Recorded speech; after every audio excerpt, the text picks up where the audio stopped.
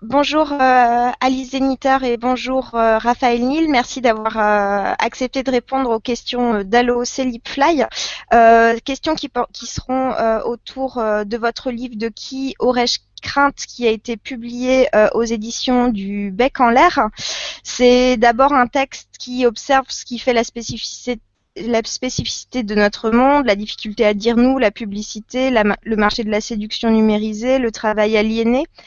Tout ça est incarné par différentes voix, plus que des personnages, des voix qui justement ont visiblement du mal à trouver la leur. Comment avez-vous imaginé ces voix, Alice Zeniter? En fait, c'est parti des photos de Raphaël, qui, elle, parlait de tout à fait autre chose que de l'aliénation dans le monde moderne. Mais quand il me les a envoyés, il m'a dit aussi qu'il avait envie que le texte le texte prenne le contre-pied des photos. Et moi, j'ai commencé à prendre des notes sur toutes les choses de la société qui me faisait mal, en fait, qui faisait que c'était difficile jour après jour de vivre là-dedans. L'impression parfois que les affiches de publicité nous agressent ou nous draguent, le froid du métal, la violence de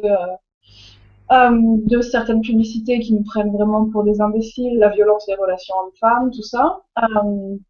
Et puis de ces fragments ont émergé deux, deux figures, celle de la femme et celle de l'homme, qui recoupaient des idées que Raphaël et moi on avait déjà eues pour un possible scénario de film. Et de à ce moment-là, je me suis dit que c'était cette direction-là qu'il fallait prendre. Et donc, votre réponse met complètement à plat ma deuxième question parce que j'ai pensé en fait que les photos avaient été prises après le texte.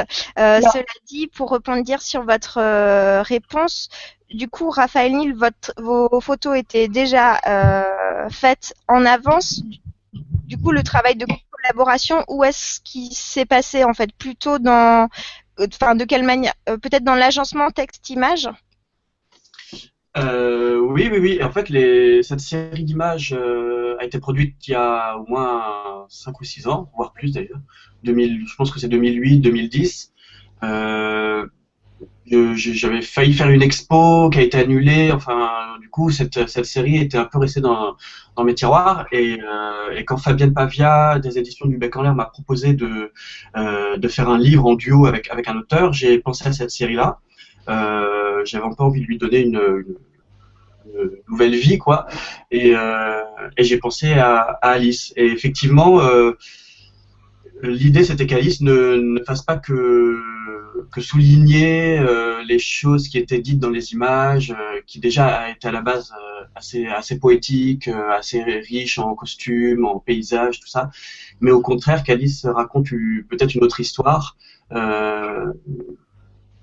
qui accompagne les images dans le sens où où le texte pouvait justement les précéder. C'est peut-être pour ça que vous avez l'impression que le texte précédait les images. C'était l'idée que finalement les images étaient une production mentale de ces personnages et probablement la fin, enfin le final de leur histoire, quoi. Mais elles ont été produites avant. Plus exactement, j'ai eu l'impression que les photos et le texte entraient en confrontation de mondes qui s'opposeraient jusqu'à se réunir jusqu'au moment de ce qu'on pourrait appeler une insurrection de la part de la voix principale. Comment avez-vous imaginé cette fin, Alice Zeniter? Est-ce qu'elle était imaginée dès le départ en rapport avec les photos que vous connaissiez déjà, ou est-ce que ça a été au fil de l'écriture? Alors en fait, c'est vrai que à partir du moment où on s'était dit avec Raphaël qu'on allait partir, que moi j'allais partir en écriture d'un point de vue, enfin d'un point très très éloigné des photos, on s'est dit que forcément pour que ça marche quand même, que le livre présente une cohérence, il fallait que et les voix et les photos puissent se retrouver. Et donc il fallait qu'à un moment donné la beauté du paysage, la beauté du rouge, très présente dans les photos de Raphaël, puisse entrer complètement dans le monde, dans le monde de cette femme qui nous parle au début, voilà, d'une société moderne qui n'a rien à voir. Donc c'était évident que il y allait avoir une irruption d'une éruption de la beauté dans le monde froid et désincarné dont on parlait, et que ça allait gérer un emballement. C'est-à-dire que les photos au début allaient arriver vraiment touche par touche, comme une sorte de possibilité d'un ailleurs possible.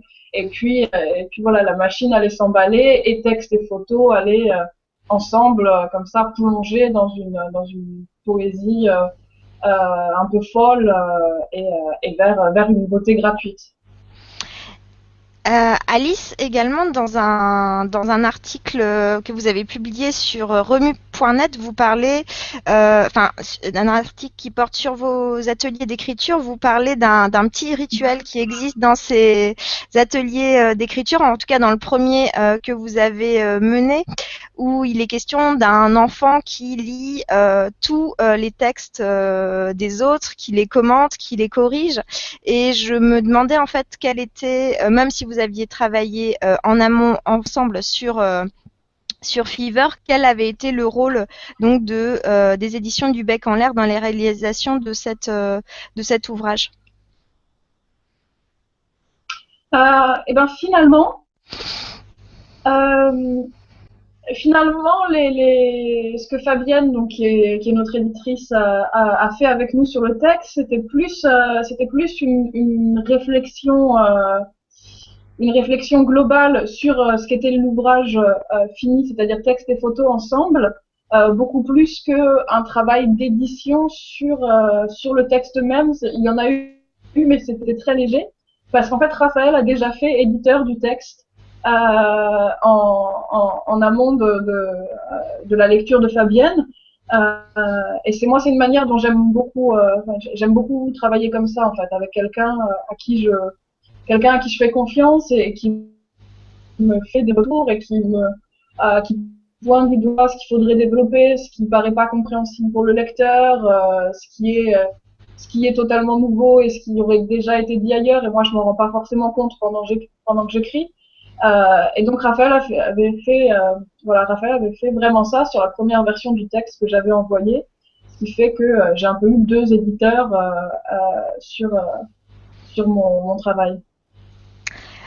Merci beaucoup d'avoir répondu à mes questions. Donc ça s'appelle De qui aurais-je crainte? C'est publié dans la collection collatérale de la maison d'édition marseillaise Le Bec en l'air.